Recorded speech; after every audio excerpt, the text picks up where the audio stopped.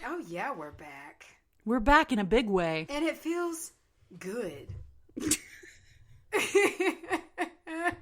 It feels good to, like, be back at the mic. I know. We're back in the game. Yeah, we are. Back at it in the 19. And yeah, at this point, yeah. In the 99, in the 2000. 2019. So happy New Year. Happy New Year. Wonderful time. I like how every single year, like as December is coming to a close, people are just like, I just need to get this year over with. Like every year, even though it starts out wonderful. Not this year for me. Really? I've had a good year. I've had a very transformative year. That's true. I mean, it went from being in mental shambles at a job that put me in mental shambles. That seems like so long ago. To discovering all of this, to buying the house, like just really growing a lot. Like it's been a good year. The retrograde is ending soon. Some stuff to talk about that. I'm very curious about it. Curious cat. Well, I don't know what it's related to. So I don't know if it's tied to the retrograde. I just find it really interesting. And it's not a secret by any stretch that I don't like not only the cold, but I don't like the dark. You know, I don't like it being dark. I like the sun and the warmth and the light and all. I was very like immensely anxious. On the solstice, I was immensely anxious. Well, but the next morning, I felt new. And it's like all of the dark half of the year energy lost its grip. And now things are going to, it's like the light half just kind of pulled me out and it's like, all right, you made it. Come on, let's go. And I woke up and just got to fucking work. Cleaned the entire house. And that was the day I did the Love is Law floor wash by Madame Phoenix. And I mean, I did the windowsills. I did the door frames. I did everything. How'd that feel? It felt great. Nice. And then I didn't stop. Dude, I besomed the whole house after that was over. And then after a good besaming, I did a deep Palo Santo smudge all around the house. And it was great. And I was like, because here's the thing. Like, I don't think there's like a permanent entity in this house, but I do think things pass through. Sure. And I've been really pissy about that lately. And like, so I did like this time I cleansed the house from floor to ceiling and was like, do not come here. Fuck you. I don't, unless we're closed. Unless I explicitly say you can be here, you're not on the list. Get out. Almost mad, but not like, I was just like, I'm done. Get out. Ever since I've been good, but I had a bath after that. And I really don't know what to make of this. I'm excited to tell it to the listeners because I want to hear what other people think and how they interpret this. Because I don't interpret it as something negative, even though it's kind of sad. And I haven't meditated since, so there might be a continuation to the story, as weird as that sounds. But, so I took a bath, and I had my dreamer tea. And I had drank some of that, and, you know, I had all kinds of shit burning.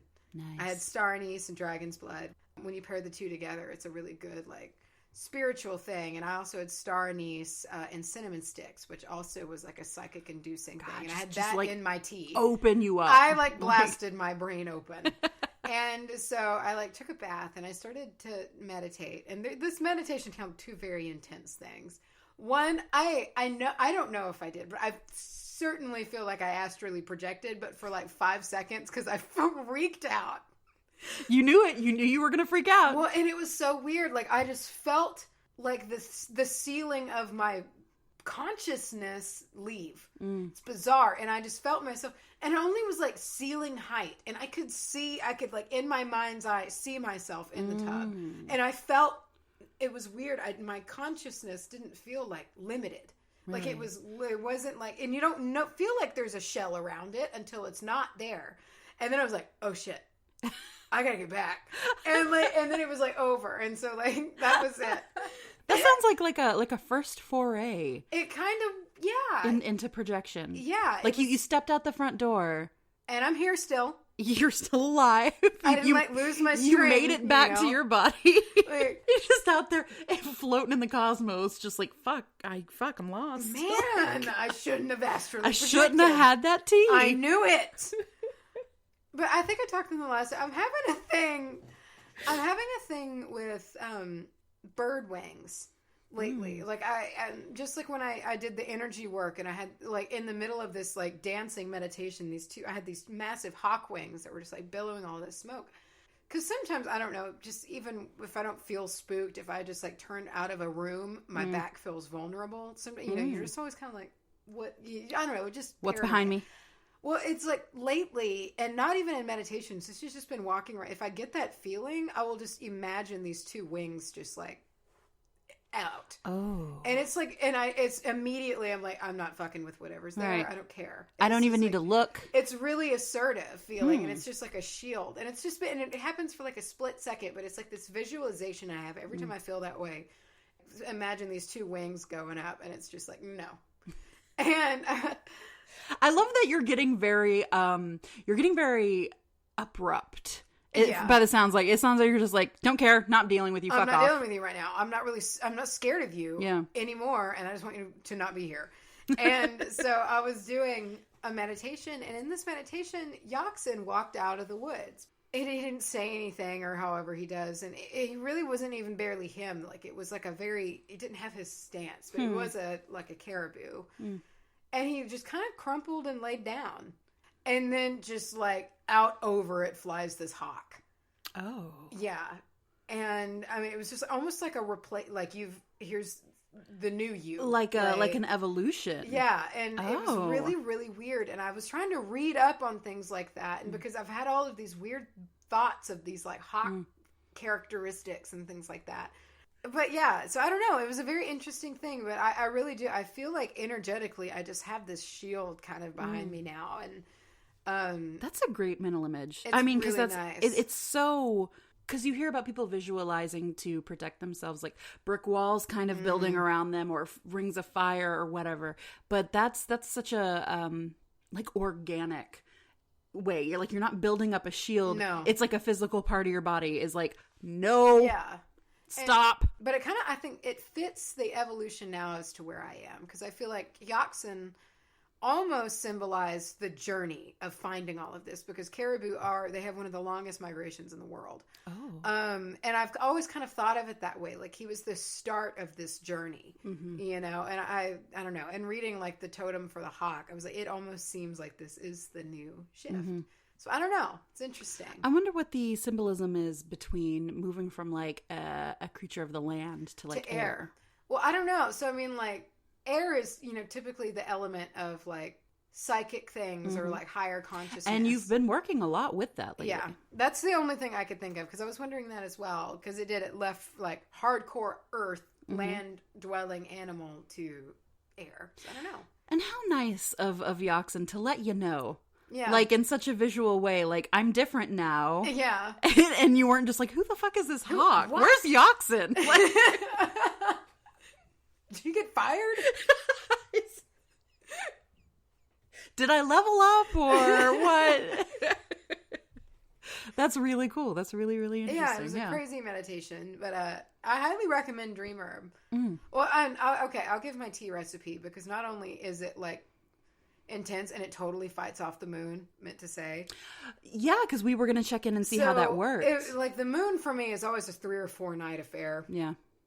And so I drank it on 2 of the nights and didn't on 2 of the nights. I wanted to do like a controlled thing.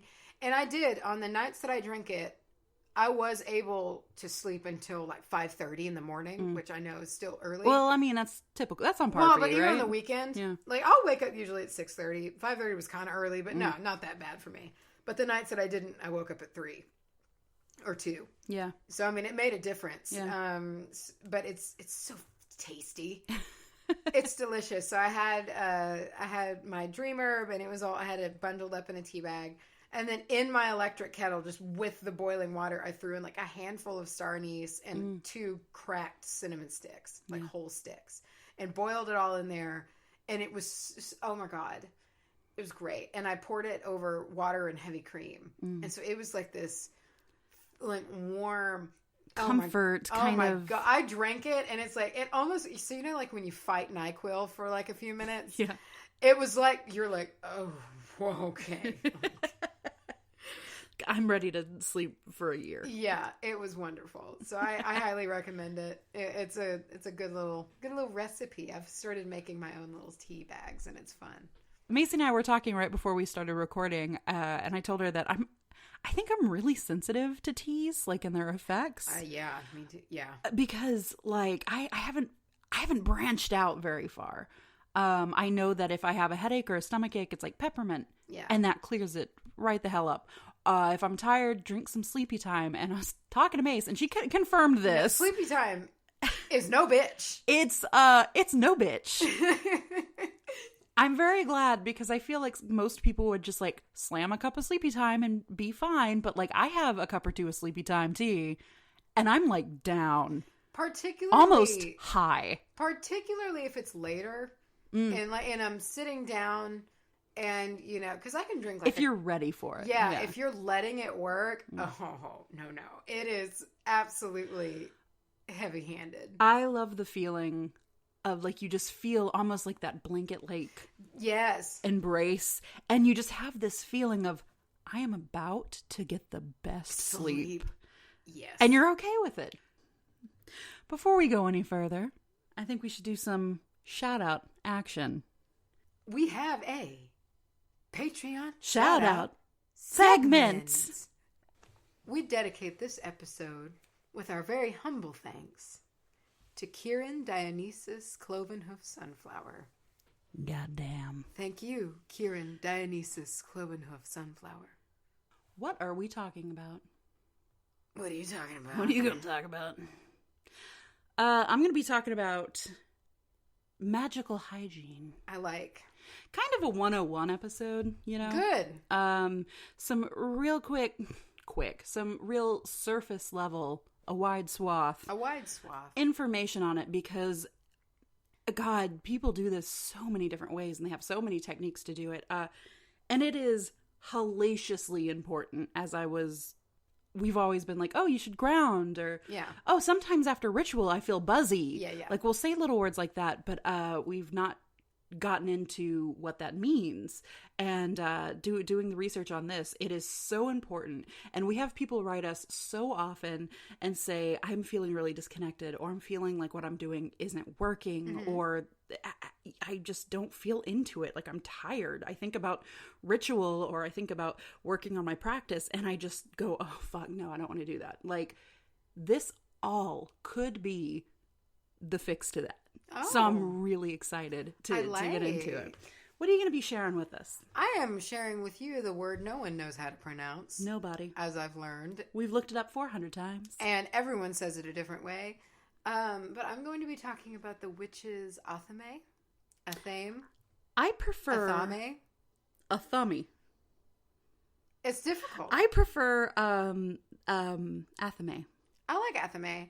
In my head, before I started doing this research, I've always read it as Athame. Same. So I'll go with Athame. That's whatever. Let's fucking It's tricky. Like, I don't know. And we were listening to YouTube videos, and it was like, everyone was like, let's talk about the Athame. Let's talk about the Athame. Let's talk about... It was just like, oh my goodness gracious. Somebody even said something about like a them me. It's like, I was like, okay, sure. If that's what you... Whatever. I don't want to say you're wrong, but I'm pretty sure you're wrong. I'm pretty sure you're spreading false information. Is this going to be our new Besom? Athame? I actually burnt these pants from standing too close to my fire. Macy has numerous articles of clothing that have been burned with fire for her love of keeping a warm butt. Yeah, both of the, yes. I burnt these.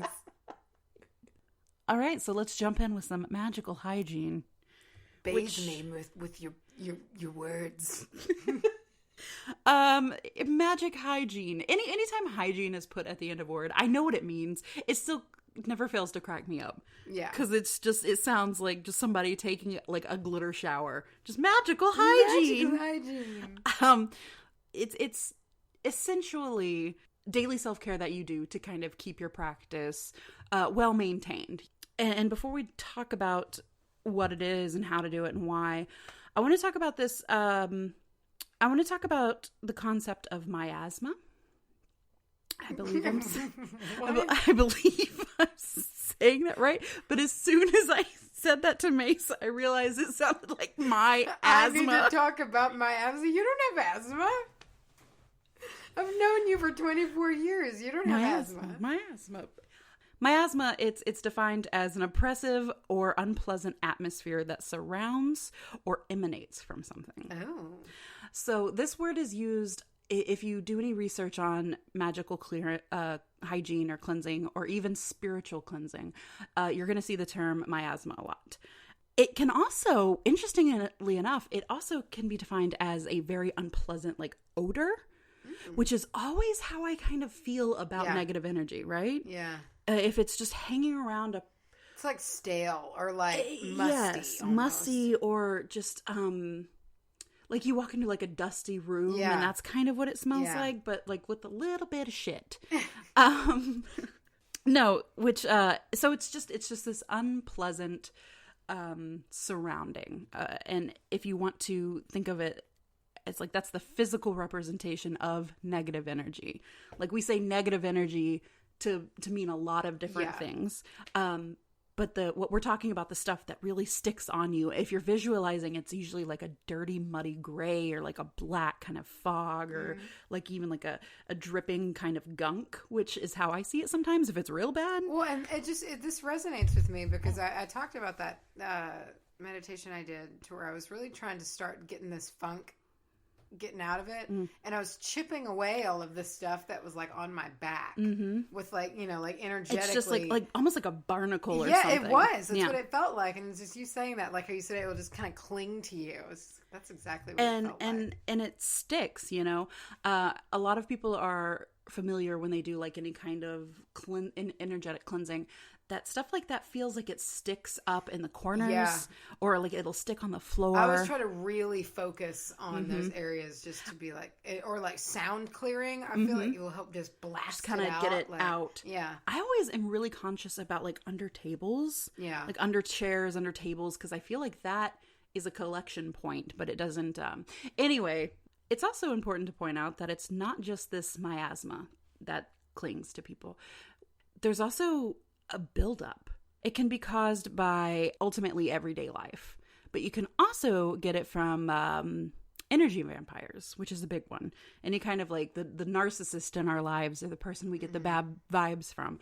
There can be a direct transfer of that energy. Oh, it's absolutely. You know, if you think about when you get close to another person, it's said that like attracts like. So they're going to kind of connect, and you can end up taking away more of their shit. Oh, yeah. I mean, anybody who's been in a very oppressive presence like that for an extended period of time, you know how you feel. Yeah. I just feel like my pores are churning out like... Do you remember in, what's the movie with the fairy, the forest, the enchanted forest? Gully? Fern Gully. Oh, that horrible, like, smog monster Tim Curry thing? smog monster, yes. That is what I feel like is happening, like, coming out of my body around these, you know, people or the situations. Avery from over at the travelingwitch.com, in her recent article about grounding, she kind of summed it up in a nice put together way. Magic is energy. When you move and manipulate energy in such powerful ways, it can pull your own energy out of balance. So if you're thinking about chakra work or energy center work, those can very easily get pulled out of balance. One will be way strong and the other is like nearly dead. You can also think of miasma in this way. So if you want to make a direct connection to chakra work, you can do that as well. And it can be found through almost every religion and culture that there has ever been. I was reading very interesting stuff about how, yes, you can do like ritual baths, smoke cleansing. A lot of religions will require some type of washing before praying, or they'll have holy or blessed water. In like Catholicism, they have those big like incense swingers. Those things. I don't know what they're called. But they're really neat. But they have those, and those are all to cleanse ourselves, to purify and ready ourselves to connect to what we're doing. It's usually done before and after, which I never did. I just grounded when I felt like I needed it. Yeah. But I really am interested in this concept of doing it before and after, and like creating that good hygiene ritual. As I learned, a lot of feelings of anxiety or even just disconnection with your craft, your practice, honestly not feeling like you want to do it anymore. Yeah. I'm kind of having those thoughts of like, man, I was so into this when I started it. I've felt that way before, yeah. You know, and you just, maybe I just stop. Maybe I just quit. Because I don't know if this is speaking to me anymore. Yeah, it's not going to come back probably ever like how it felt. Right. So I'm going to quit. I'm going to move on to other things or whatever. That can actually be a byproduct of bad hygiene. So keeping yourself kind of purified before and after. It's an idea that I guess penetrated through every religion, which is cool when that happens, because a lot of things won't share ideas like that. But this idea of keeping yourself right, energetically, keeping this body that we have to live in, keeping it free from this like miasma shit, is something that has gone through every corner of spirituality. It can also be viewed as a self-care routine. Magical hygiene doesn't have to just be about getting the bad shit away or keeping it away. It can just be your self-care routine. Stuff that isn't ritual based can kind of fall to the wayside sometimes, I think. I find myself focusing very intently on, I'm going to learn about candle magic. Yeah. Or I'm going to study this card, or I'm going to do this, that, and the other, to the point of not sleeping like I should, or skipping healthy meals and opting for, like bullshit fast food or something like that. And that, of course, is going to make our very real and physical bodies feel like shit, which is in turn going to help grab out to any good neutral energy and turn it into more of this shit because you're feeling shitty. You know what I mean? This whole principle is like attracts like. Law of attraction, all of that. And I'm so like, I'm into this so much more than I thought I would be. It sounded so, honestly, I'm not gonna lie, it sounded lame when I first was like, I want to talk about magical hygiene. I'm like, just fucking go stand in the dirt for a second. I don't want to talk about this. I'm like, I guess I'll see what it's about. And the more I started reading it, I was like, this is important. You can do many things. One of the most common and preferred methods is grounding, which we've talked about a lot. This episode was actually just going to be about grounding, period. Oh, okay, yeah. And it started there. So I started writing a lot about grounding, and I started seeing this term, magical hygiene, and it evolved. But if you do experience that excess of energy, which I get so much. It depends on the time of year for me. Yeah. Like right now, not so much. But like in the summer, you just in the summertime, I am just jittery. Just ready to go. If you do have that excess energy where you're just feeling like you got to do something almost sick, it makes me feel like nauseous to my stomach. There's a couple of things you can do. Get physical is the first one. Run around, move your body in some way. Definitely something to that. I think it's a very, this one I like because it's a very scientific. If you have that built up energy and you burn energy, of course, and then, of course, there's all the benefits of actually exercising. No, but it's that way for me for sure. Like, just like the last 3 weeks I took off the gym, and I've been going back again. And it's just like those 3 weeks, I just felt myself getting more and more and more anxious. And now I'm doing it again. I'm getting that energy out just like I'm used to, and it feels so much better. So, yeah, I think it's definitely, I agree with that. I think there's also something to be said that you were kind of in a pattern of doing this and then stopped. So it's like not only your physical body, but your spiritual being had come to rely on this hygiene practice. And when it stopped, your body is like, wait, what the fuck? But more so, your like whole spirit's like, no. Yeah. I'm exploding. Like, we need this. What am I going to do with all this excess energy? One of my favorite ways, this is going to sound really sad, I guess.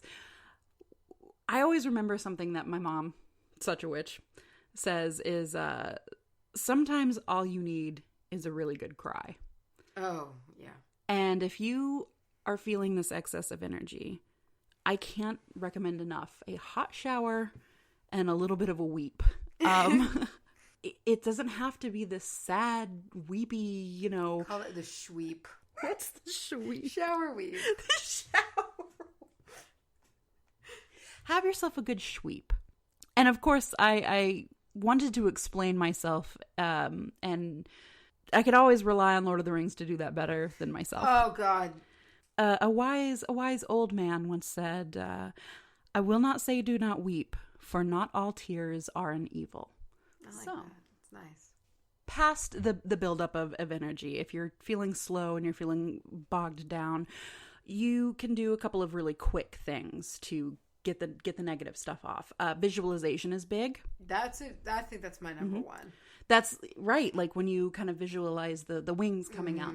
And I wanted to say earlier when you said you come around the corner and you're like, what's behind me? And this visualization of the wings coming out kind of being a like, I'm not going to think about it kind of thing. That's very much a hygiene practice. Yeah. Because I'm not going to sit here. I'm not going to waste 5 minutes to like turn around, make sure nothing's there, think about it, be worried, feel like there's something on me, and then later have to do a big ritual. It's just like you're stopping it and you're like, fuck no, go away.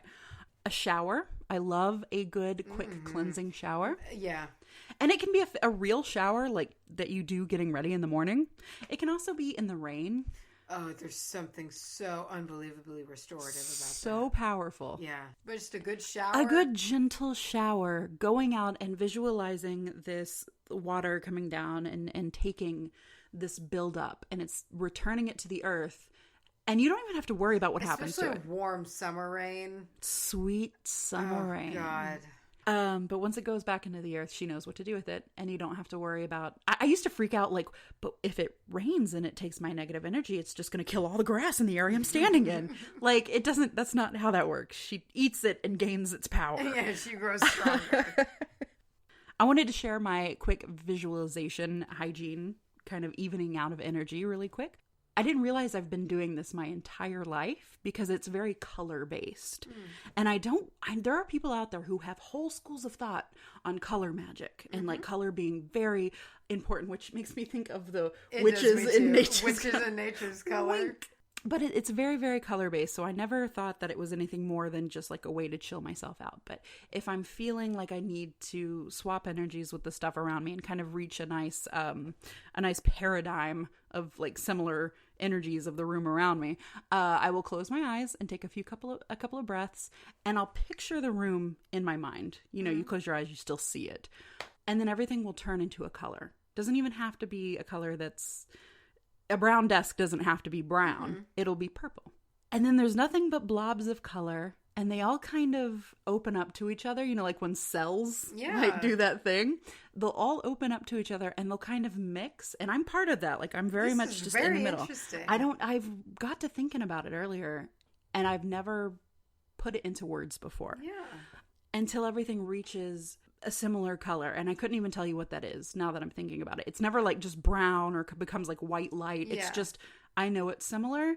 And everything that I've pictured and everything that I've turned into color is now like breathing as one, I guess. And I know that's so strange.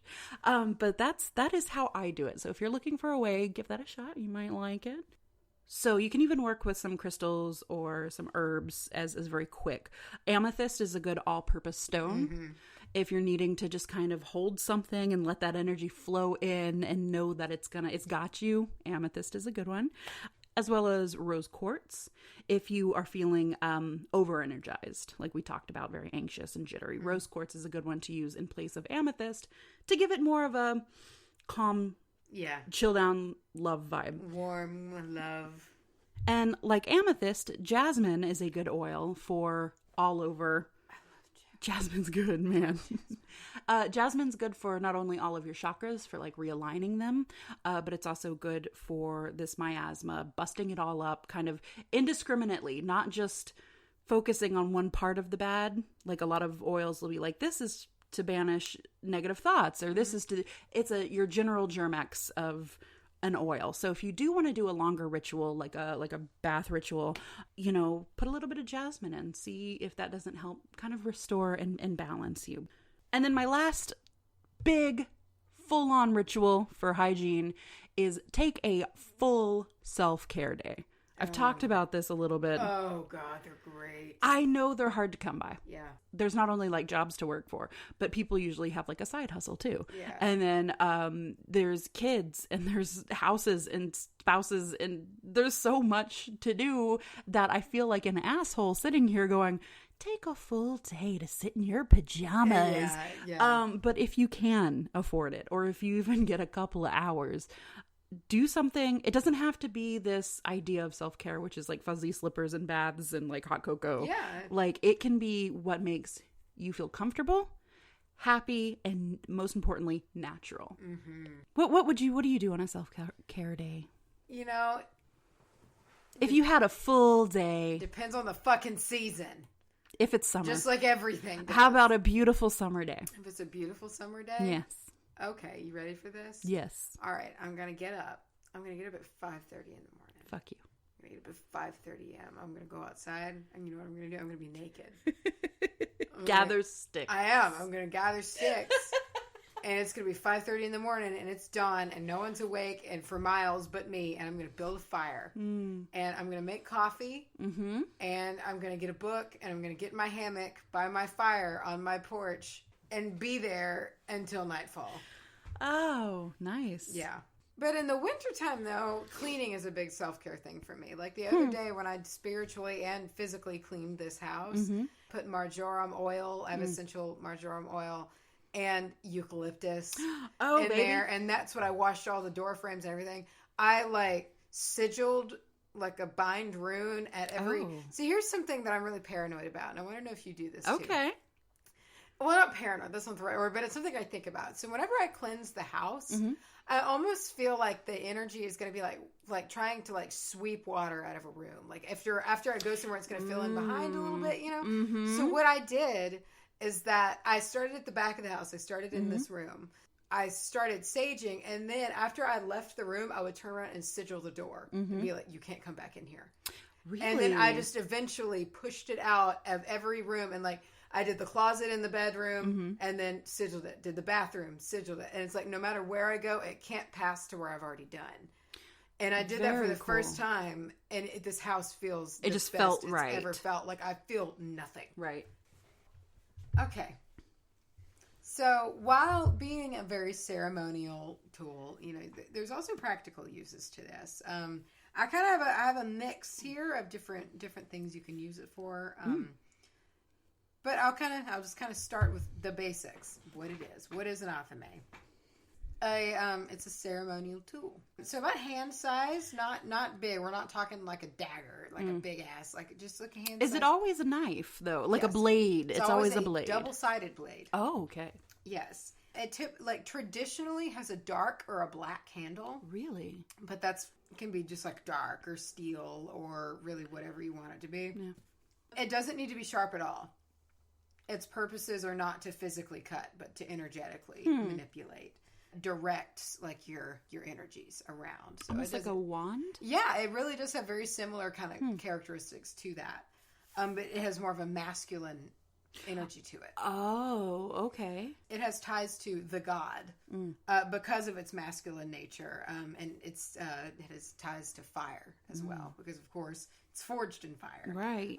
So those are kind of its fire origins. There's a little bit of like, and this was interesting, different opinions on the main elemental association of the Athame. So there is, you know, of course, fire.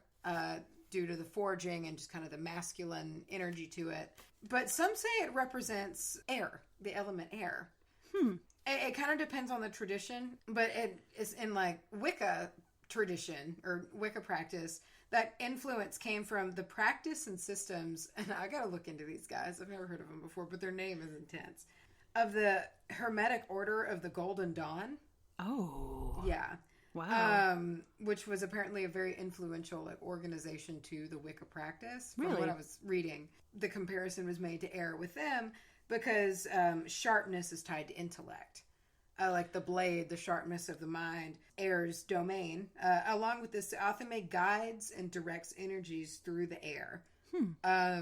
So yeah, it kind of to them was air. However, like many of these things, if you're not associated with like a Wicca practice, or you know, if you do what you feel, you know, I mean, if you feel like it's associated with fire, if you feel like, who knows, you know, I just feel like you often are led by feeling. After that explanation, I kind of like I did a 180. I was like, how could it possibly be air? But now I'm like, oh, it's totally air. It's a very interesting perspective, and so it's like both of them to me are just as valid as the other. So it's believed that some energy from these rituals or ceremonies or things like that kind of makes its way and is stored in the hilt.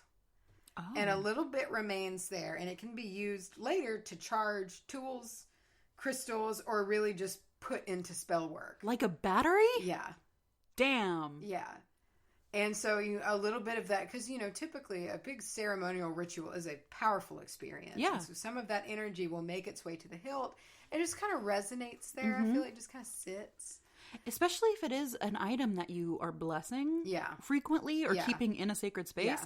You got to imagine the energy that thing is collecting. It's like the opposite of miasma. It's like the beautiful, like powerful energy. And you can use it, so for spell work, anything like that, or a little extra intention, things. You have a little bit of stored goody magic in there. A little bit of extra something. Got the goods. It's giving you the goods. So, and here's the thing. It can range.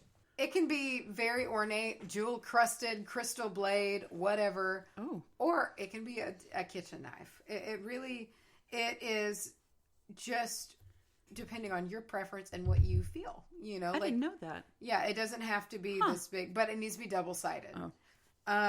So it can't be like a steak knife. While traditionally not used for cutting, in some New Age practices, this has kind of changed a little bit. But it's still used for cutting things for magical practice. So while now cutting, it's cutting for magical reasons. As well as carving symbols into candles. And even whittling a wand from a branch. Oh, so you're like using, and imagine if you have some of that stored energy, from a ritual, and you're just like carving a wand out of a branch. Using a ritual tool to make a ritual tool. It's very cool. Very cool. Yeah, I like that. There's a different blade, though, and this one typically is one-sided and with a light-colored handle called, and I didn't look up how to pronounce this, but what I found is a bolin. That's typically, that's what you use to carve your symbols and things like that. However, the Athame can be used for those more magical kind of tasks involving that. So the Athame is believed to grow more powerful with each use, especially as your connection with it grows. Right. As it becomes kind of your right-hand guy. Yeah. When you're doing your practices, it will feel like an old friend, I'm sure, after a while. Much as a lot of these things kind of your do. Tools. Especially if you do have those like kind of animist tendencies. Oh, yeah. I know some people will replace that after a while, so like... It would break my heart. It would me too. It would hurt me. I wouldn't want to do it. I know. I get very connected to things. Just be like, I'm going to have 2 now. And now I'm going to have 3. And then just like at the end of your life, you have 84 blades. Yeah, that would be me. And that first one is still kind of sad and mad at you for getting all of the So other you blades. use it every once in a while. Yeah, just to remind it. Yeah, no, that's my life. It's very stressful. During ritual, it can be used to open and close your circle. And while it's used for energy manipulation, its purpose really isn't to raise deities. It's not really much as really for that. It's more just for like manipulating intent and energy and things like that. So after getting your Athame, what do? Where do you go from here? What happens? You gotta clean it. You gotta cleanse it. You go to the Google. You gotta give it a good washing. You go to the soap. But you gotta clean it in a special way. One way that I found is to wrap it in a cloth and bury it for a night. I assumed for bonus points, bury it on the night of a full moon. Oh. And really, what I found was use what feels right. I mean, it might take you, maybe it takes you a minute. Just like how I've seen in the Facebook group, people will have like different tarot and oracle decks and whatnot, and they're like, man, I have it, but it's not really working for me. And then they'll find another one and they'll be like, this thing's great. Yeah. It might take you a minute before you find the one that is the one, but it can, some have crystal blades. Oh. Some have, different colored hilts, not just the traditional black. I have seen some beautiful things out there. Yes. Oh my. Very, very pretty. I love this concept of like it stores the energy. I do too. That really was nice for me. And especially if sometimes you're lacking. Yeah. Sometimes you just don't. even if you give it your all, man, you're just falling short. You almost feel like you could just grab the handle and just kind of like, just be like, I've got it. But that's really all that I have. It was kind of short and sweet, I feel like. That was very insightful. I am a fan of it. This week, as part of the 30-day challenge that we are doing, or to us a 10-week challenge, Cast a Circle was part of it. So I was doing this research. I'm like, holy shit, how do I cast a circle? Yeah. And the Athame is a big part of that. Yes. Speaking of, did you cast yourself a circle? Okay, I gotta be honest with you. I did not. But I didn't do nothing. The way he just I gotta be honest. I gotta be straight. I didn't. But I found a lovely, I mean, it was in a book I already had, but that really wonderful Grimoire for the Green Witch book has a very traditional style circle casting where you use a besom and an Athame together. And it's really great. There's some great incantations involved. So I do have it. I found it. I know the one that I want to do, and I'm going to do it. But I'm going to do it when I'm about to have like 4 days off with no holiday obligations to really get to do some nice magic. Go us for putting this right in the middle of the holidays. Oh, that was such a bad idea. But I will say, man, if you get the chance to, it was an extremely enlightening experience. I'm excited to do it. It was very cool to me. And I want to start this whole 30-day challenge thing by just, as an aside, saying, I don't know what has happened to me. I don't think it was the act of casting a circle, or any of the other prompts that we have.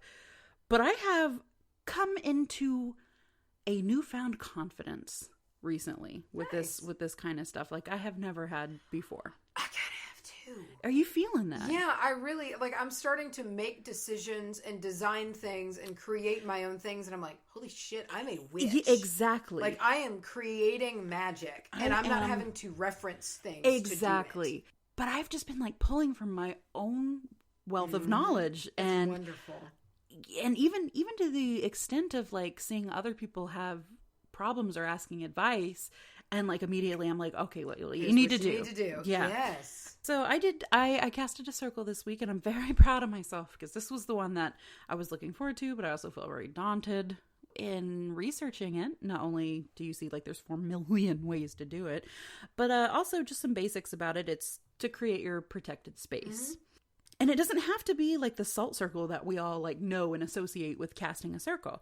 It can be done with smoke, energies. That's how I do it. I do it with, like, almost like dance and smoke. I do it with, like, a lot of, like, visualization. Yeah. And smoke. Yeah. Yeah. So as I was doing this, I was like, technically, I know we said we haven't done this, but technically we've been doing this for a long time. Yeah.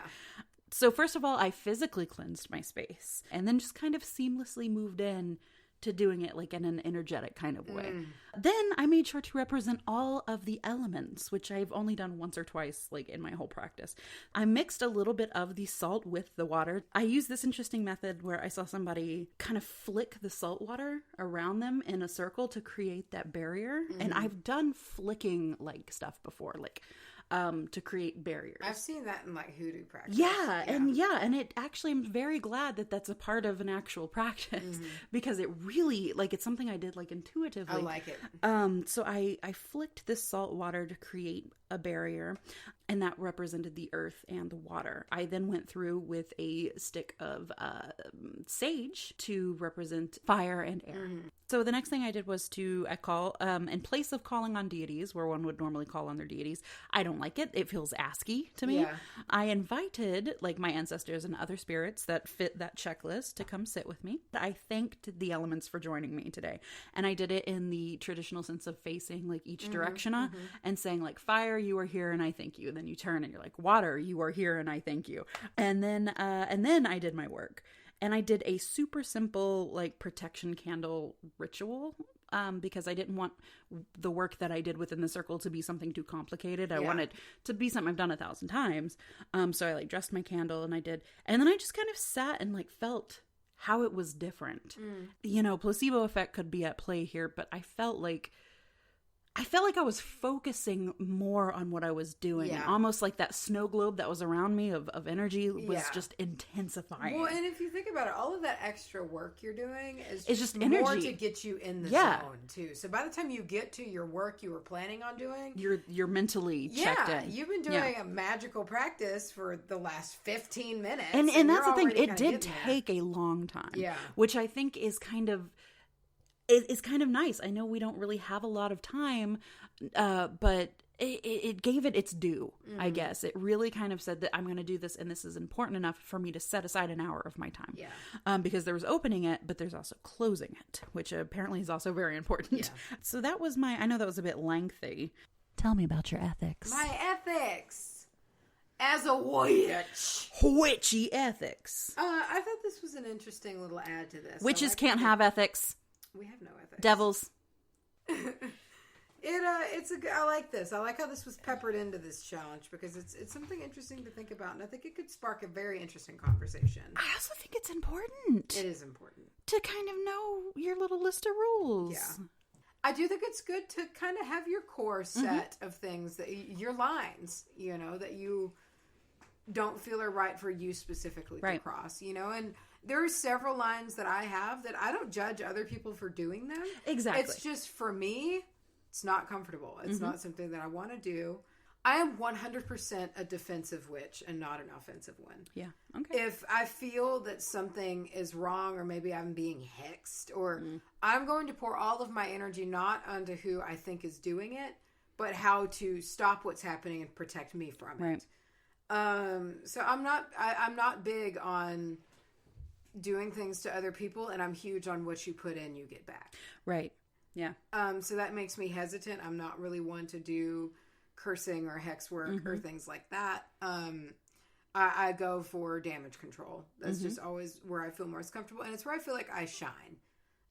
In correcting emotional things like that and stress and things like that, and being. I feel like if I was to do an offensive type ritual, I just wouldn't execute it. I wouldn't do it right because I wouldn't mean it. I'm with you. Up until this point of getting into everything, I don't think that I would feel comfortable because, and this is where the lines get a little bit blurry, because I've made no bones about the fact that I'm totally down with like middle hand path gray witch kind of stuff. Yeah. However, I do get kind of in those brain loops, and I'm like, man, if I do something, this is where my weird, like, Southern raising, I think, comes. Not that my parents, I know you're listening. I'm not saying you. I'm saying being in the South comes in, because I immediately have this weird feeling that even though I do not believe in it, I'm like, shit, what if I go to hell? Yeah. And there's a lot there that I need to unpack. There's a lot of deep programming that has to be done. Yeah. That's what mostly keeps me away from it. However, I will and have tried to protect so fiercely that the lines between protection and physically calling somebody out by name has definitely been blurred. Oh, wow. I think. Okay. I've always had this, like, one of my ethics is to do no harm. However, I don't think that protecting myself in ways necessary to do that, I don't think that counts. Yeah. And that's me. I'm very big on protective, like, magic as well. So I get that. I understand that. And the difference to me is, like, I would never sit down and be like, I hope this person drips and breaks their ankle, Yeah. However, if I've protected and you happen to try to, I don't know, think of it like a barrier. If you happen to bump into my force field and roll your ankle, fuck you. Then fine. You know what? That happened. Sorry. I didn't want for that to happen, but it happened because of something I did. Is that on me? I don't know. And I think that morality is a very human thing that is so gray. There's no such thing as black and white when it comes to morality. No, morality is 100% to the perception of the beholder. And I just, almost to the point of it, I'm like, does it even exist? Well, I mean, no, it doesn't. I get, and I'm kind of there. I'm like, it doesn't exist in the fact that it does exist so differently to each person. Yeah.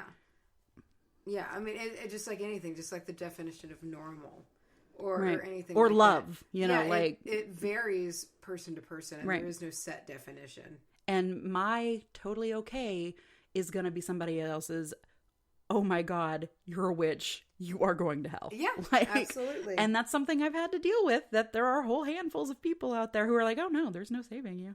Yeah. And it's just like, where does that stop?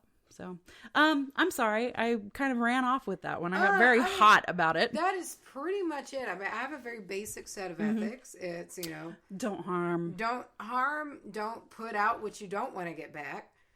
So I'll put out 80,000 pounds of protection because I'd be okay with having that given to me. Exactly. If protection comes back on me, that's not a bad thing to me, Like, however, if I'm like, oh, I hope so-and-so gets sick. Yeah. I think I will probably definitely get sick. Yes. And it's not a very serious thing. I just feel like there's some sprite out there that's like, bitch, look at what I'm going to put the sickness on you. Sprinkle you with the flu. You have the flu. But anyway, there's that. There are certain symbols, and I'm big about putting runes on my body for different purposes and meditations and rituals. Would you ever tattoo a rune on your body? I don't know. Because I change them depending on what their specific meaning is to help me at that time. Like, I mean, the first time that I really, like the day that I was talking about that I knew I was going to quit my job, and I had the ashes, and I meditated with my runes naked, which I've told multiple people on the group, if you feel disconnected from your divination tools, whether it be cards or runes, do it. I don't care. Smoke up the room with resins, put some music on, lay the cards out how it feels right, and just connect with them. It works so well.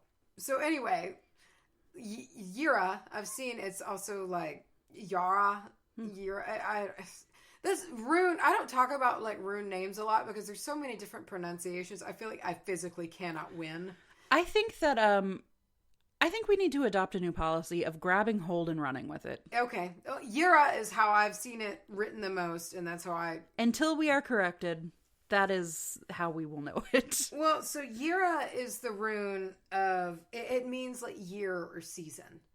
It's a big one for me when it comes to like change, of like this coming of fruition of this change. And that's why I felt so compelled to do those two runes, Othala and Yira, for everything, because it's the new season, or it's the new time of the year. Oh, yeah. The light half is coming, and then Othala is the rune for home. So mine, I've talked about it before. It's algaes. Yes, taking it and running with it. It was the first rune that I was introduced to at Hearth Wisdom Store. Again, if we haven't said it enough, if you're in the DFW, please go to Hearth Wisdom Store. Ask for Kat to read your runes. That's what I did. Just talk to Kat. Just talk to Kat in general. She showed me the rune algaes, and I was just kind of drawn to it, and I was like, what's this? And she gave me the basic rundown, and because runes have so many meanings and they can mean like a million different things. It's a lot to learn. There's a lot. I feel like I'll never truly fully understand them. She gave me this really beautiful visual representation of algaes, and if you don't know, it's the one that looks like a chicken's foot. Yeah. Or like a Y with an extra prong in the middle. Like the peace sign without the circle. Exactly. Yeah, upside down peace sign without the circle. Exactly. But she said, imagine it as like, and I've heard her talk about it. She says she's very like goddess based. So she's like, imagine goddess is standing with her sword, and like the three prongs, one each is an arm, and like the middle one, I guess, is her head. And she's like, and her power is not within using it, but in having it. Yeah. Macy. Yes. What next time on the 30-day challenge? Next time on the Witch Bitch Amateur Hour. That's what I was going for. You're doing it so much better. We are talking about on day 22, but not. But sort of, but not. Self-purification. I can do this because I do this every day. So day 23, a book of shadows or grimoire. Do you have one? If not, create a sacred journal to document your recipes, spells, practices, and invocations. This can be a handwritten journal, printed pages in a binder, or even a file on your computer.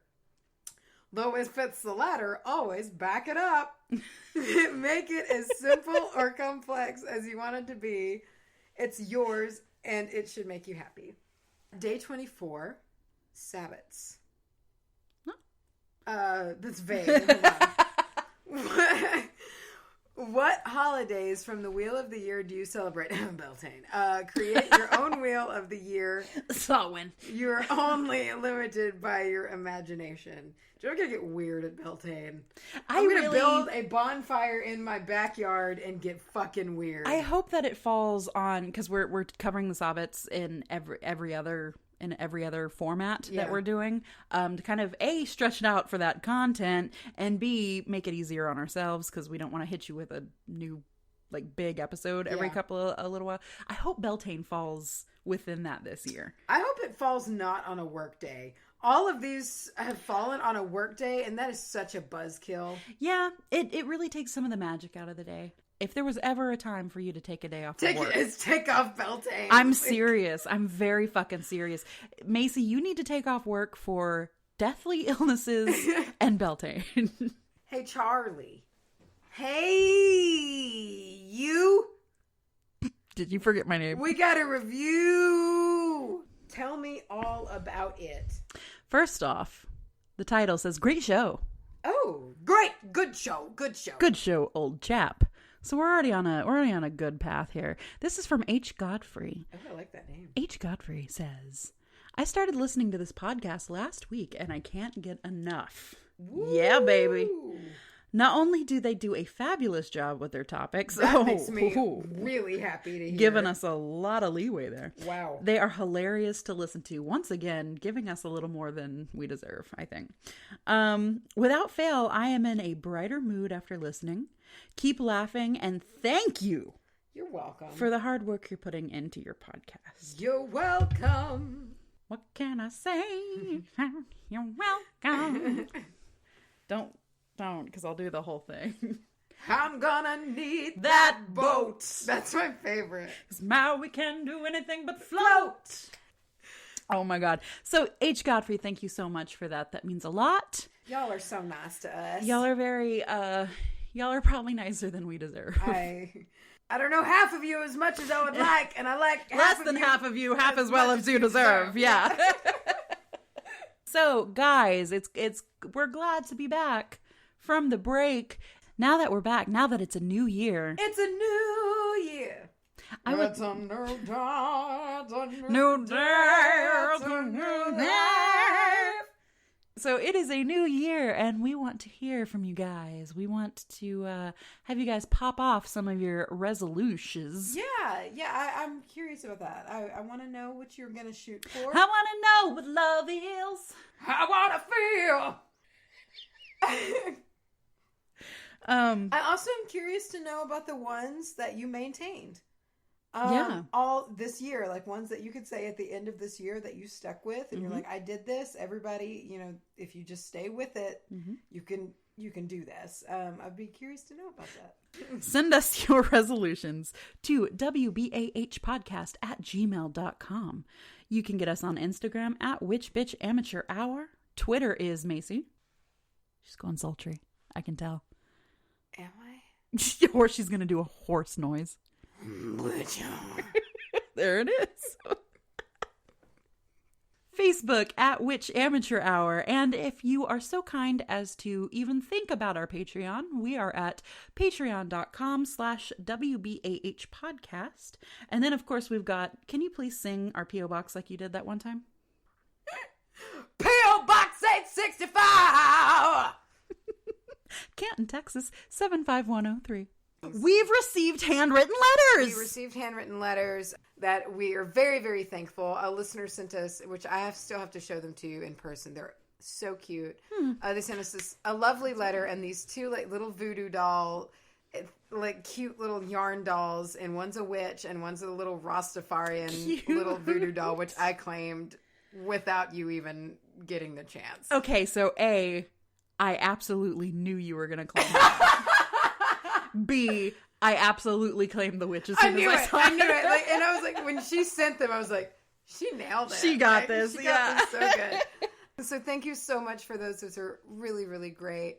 We had some handwritten mail come in all the way from Alaska. God damn. Yeah. Very, very sweet letters. So we really, really appreciate it. And again, thank you so much for our patrons. It really, we're able to start doing some really cool stuff now. So Thanks, you guys. Thank you very much. We preach. Much preach. We stan. We stand you so hard. Oh my gosh. Oh. And that'll be the last thing you hear. Oh, good. I'm glad.